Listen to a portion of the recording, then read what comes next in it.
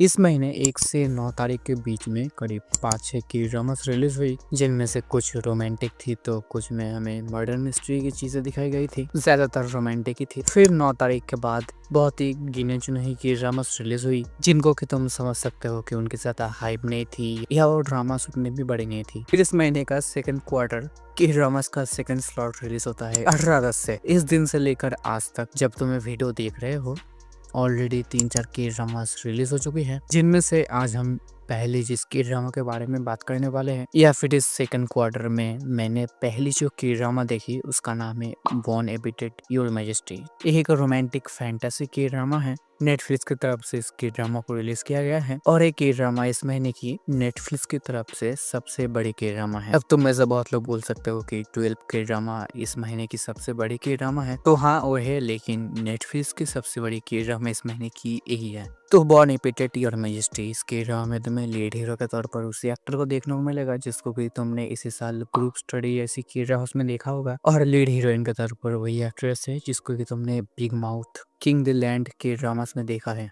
इस सीरीज को तुम एक हिस्टोरिकल फैंटेसी ड्रामा कह सकते हो, जहाँ पे सीरीज की कहानी में अपनी मेन एक्ट्रेस जो कि एक शेफ बनना चाहती है, उसका सपना है कि कोरिया के एक बहुत बड़े होटल में वो एज अ शेफ काम करना चाहती है। फिर अचानक से कुछ ऐसा हो जाता है जिससे कि वो टाइम ट्रेवल करके पास्ट में चली जाती है, जहाँ पे कोरिया पहले जोसन हुआ करता था। फिर वहाँ पे जाने के बाद उसकी मुलाकात अपने मेन एक्टर से होती है जो कि जोसन का महाराजा है, और अपने महाराज को अपनी शेफ के हाथ का खाना पसंद आ जाता है। फिर अपने महाराज डिसाइड करते हैं कि अपनी हीरोइन उनके साम्राज्य में, उनके राजमहल में एज अ शेफ काम करेंगी। तो तुम्हें इसके ड्रामे में वैसा देखने को मिलेगा कि अपनी हीरोइन कैसे टाइम ट्रेवल करके पास्ट में चली जाती है, अपने हीरो के वहाँ काम करते करते कैसे दोनों को प्यार होता है, वही love story, romance end of course politics. तुम्हें इसके ड्रामे वही सब देखना है। अभी तो बस 2 ही एपिसोड आए हैं, जहाँ पे तुम्हें पहले एपिसोड में अपनी हीरोइन को दिखाया जाता है वो एक कुकिंग कॉम्पिटिशन के लिए जर्मनी जाती है, एंड उस कॉम्पिटिशन से वापस आते टाइम कुछ ऐसा हो जाता है जिससे कि वो पास्ट में चली जाती है।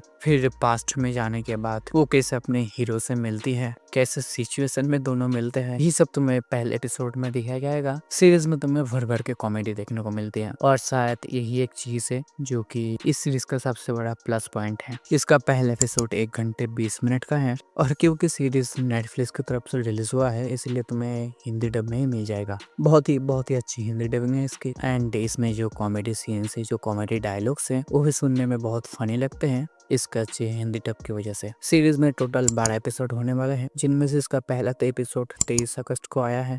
अगले हफ्ते इसके और 2 एपिसोड आएंगे। तो फिलहाल के लिए एक अच्छी फैंटेसी रोमांटिक ड्रामा है जिसको कि तुम एक बार जरूर देख सकते हो। और अगर तुमने पहले ही देख लिया है तो कैसे लगी कमेंट में जरूर बताना, और इस तरह की वीडियोस और भी देखने के लिए टू सब्सक्राइब।